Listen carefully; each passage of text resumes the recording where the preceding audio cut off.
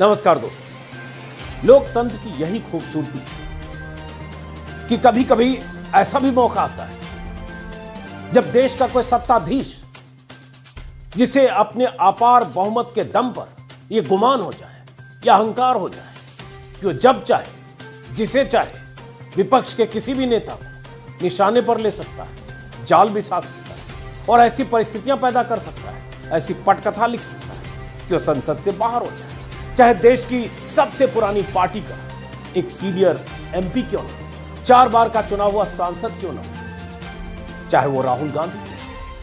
लेकिन आज वही राहुल गांधी जिन्हें 137 दिनों बाद आज संसद में दाखिला मिला, एक तरह से देखें तो प्रधानमंत्री मोदी की शिकस्त, क्योंकि मोदी कतई नहीं चाहते कि राहुल गांधी संसद में। बड़े मोदी जो दिल्ली में, छोटे मोदी जो गुजरात में, जिन्होंने वहां से मुकदमे की रफ्तार बढ़ाई, बड़े मोदी ने पूरी पटकथा को अप्रूवल दिया और राहुल गांधी संसद से बाहर कर दिए गए एक अदालत की सजा के 26 घंटे के भीतर। लेकिन सुप्रीम कोर्ट ने राहुल गांधी की संसद में वापसी सुनिश्चित की और राहुल गांधी आज संसद में। तस्वीर एक एक करके मैं आपको दिखाऊंगा संसद परिसर की, राहुल गांधी के पहुंचने के बाद इंडिया मोर्चे के सांसदों की, और कुछ, और एक सवाल कि राहुल गांधी के साथ जो हुआ क्या वो सही था। और अब संसद में अविश्वास प्रस्ताव पर बहस होनी, चर्चा होनी, राहुल गांधी की भूमिका क्या हो सकती है जब आप प्रधानमंत्री को विस्तार से देखिए। सबसे पहले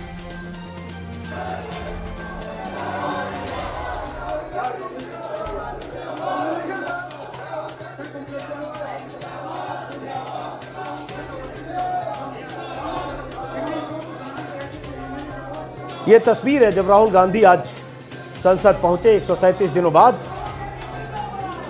सुप्रीम कोर्ट का फैसला तो शुक्रवार को ही आ गया था, कायदे से शुक्रवार को ही इनकी वापसी होनी चाहिए थी। कांग्रेस नेताओं का कहना भी था कि जिस रफ्तार से उन्हें बाहर किया गया उसी रफ्तार से उनकी वापसी होनी चाहिए थी। लेकिन बीच में शनिवार रविवार आया, बहाना लिया गया कि शनिवार रविवार को लोकसभा सचिवालय बंद होता है, कहा गया। कांग्रेस नेताओं का उस पर भी आरोप था। लेकिन आज लगभग 11:15 से 12 बजे के बीच राहुल गांधी संसद परिसर पहुंचे और जब राहुल गांधी वहां पहुंचे, विपक्षी दलों के नेता सांसद वहां मौजूद थे उनका स्वागत करने के लिए। खास करके उन 26 दलों के मोर्चे के सांसद, जिन 26 दलों ने राहुल गांधी की मौजूदगी में बेंगलुरु में उस मोर्चे का नाम इंडिया रखा। अब कल संसद में अविश्वास प्रस्ताव पर चर्चा कल से शुरू होगी। आपको पता होगा गौरव गोगोई जो सांसद है कांग्रेस के, उन्होंने नोटिस दिया था। लेकिन अब चूंकि राहुल गांधी आ गए हैं तो अविश्वास प्रस्ताव की चर्चा की शुरुआत हो सकता है राहुल गांधी करें। और प्रधानमंत्री मोदी जो मणिपुर के मुद्दे पर 78 दिन बाद चंद सेकंड बोलकर उसके बाद जिन्होंने चुप्पी साधी, अब उन्हें जवाब भी देना होगा। वो दिलचस्प दृश्य भी हम देखेंगे। ये भी कि प्रधानमंत्री मोदी जिस राहुल गांधी को नहीं देखना चाहते थे, वो प्रधानमंत्री मोदी अब राहुल गांधी का सामना करें, या राहुल गांधी जो बोलेंगे प्रधानमंत्री सुनेंगे, उसका जवाब देंगे। बहुत दिलचस्प होगा। तस्वीर आज की है।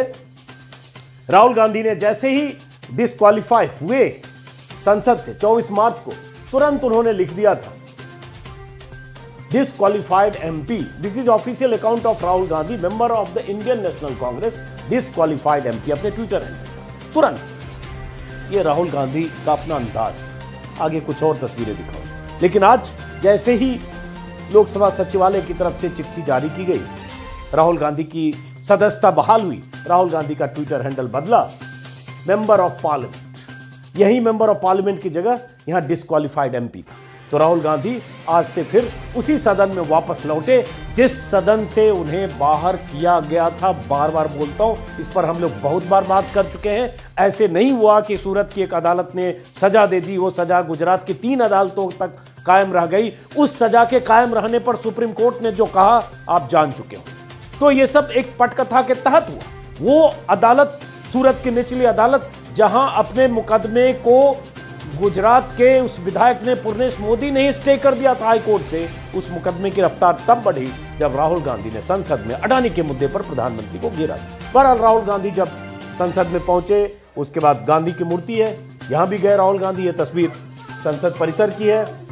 आप तस्वीरें देख रहे हैं, राहुल गांधी के साथ कुछ सांसद भी दिख रहे हैं। और ये वो जगह है जहां गांधी की मूर्ति के पास विपक्षी दलों का धरना प्रदर्शन भी चल रहा है। संजय सिंह जो राज्यसभा के सदस्य हैं, उनका जो सस्पेंशन हुआ है उसके खिलाफ बहरहाल राहुल गांधी वहां गए।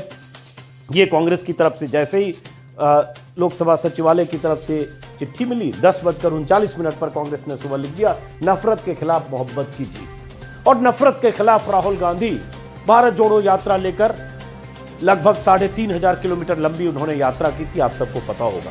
और वो यात्रा जिससे राहुल गांधी की छवि बहुत कुछ बदली, जो उनकी छवि को खंडित की गई कई सालों की मेहनत, मशक्कत और बीजेपी की पूरी ताकत के साथ। तो ये चिट्ठी वही चिट्ठी है जिसमें लोकसभा की तरफ से उन्हें सूचना दी गई।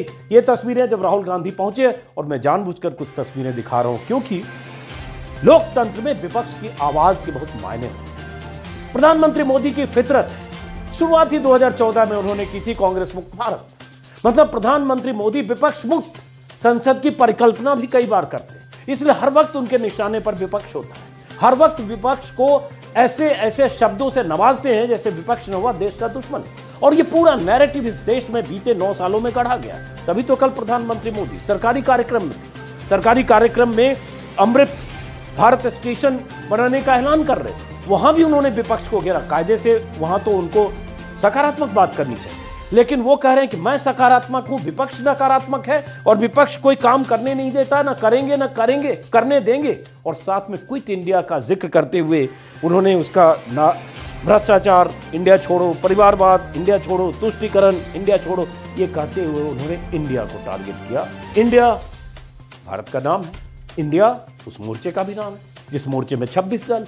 प्रधानमंत्री मोदी का इंडिया को लेकर जो चिढ़ है उनकी, वो हर कार्यक्रम में दिखती है, चाहे वो अंडमान निकोबार के एयरपोर्ट का उद्घाटन कर रहे हो, चाहे रेलवे स्टेशनों के किसी कायाकल्प को लेकर कुछ भाषण दे रहे हैं।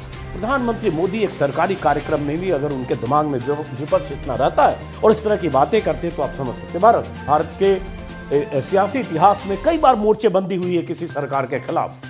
वो मोर्चेबंदी 77 में हुई, वो मोर्चेबंदी 89 में हुई, वो मोर्चेबंदी 98 में हुई, वो मोर्चेबंदी 96 में हुई, वो मोर्चेबंदी 99 में हुई, वो मोर्चेबंदी 2004 में हुई, और तो और एनडीए भी अभी 38 दलों का मोर्चा बना, उसमें नए कुनबे भी आए।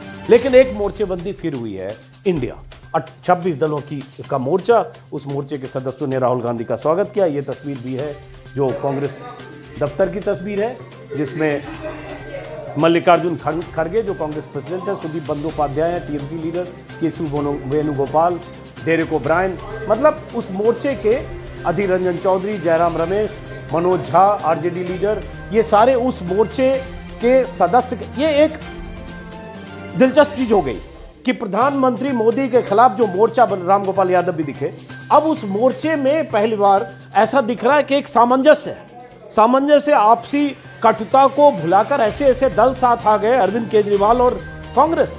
ऐसे दलों का साथ आना, यही बीजेपी की बेचैनी है और यही प्रधानमंत्री मोदी की बेचैनी है कि कुछ भी कहें कि विपक्ष के आने से उनकी सेहत पर कोई फर्क नहीं पड़ता, लेकिन फर्क नहीं पड़ता तो हर रोज विपक्ष को लेकर जो कह रहे हैं उसका मतलब है। ये तस्वीर भी है, आज की तस्वीर है, मेरे ख्याल से वही मिठाई का, जाहिर है इन सब के लिए खुशी का दिन था, क्योंकि एक पार्टी का बड़ा चेहरा कांग्रेस का, और कांग्रेस विपक्षी एकता की एक धुरी है, उस धुरी का एक सबसे बड़ा चेहरा, वो चेहरा संसद से बाहर। और किसी को भी लगेगा जो बाहर रखने की वजह थी, जिस केस को इतना तूल देकर 2 साल की सजा गुजरात की 3 अदालतों ने जिस पर बरकरार रखा, वो बहुत किसी को भी लगता है कि उसमें मामला कुछ संदिग्ध। और अब मैं कहूं या ना कहूं मैटर नहीं करता, सुप्रीम कोर्ट कह चुका कि जजों ने देखा ही नहीं कि 2 साल से कम सजा हो सकती थी या नहीं, एक दिन भी कम होती तो डिस्क्वालीफाई नहीं होती।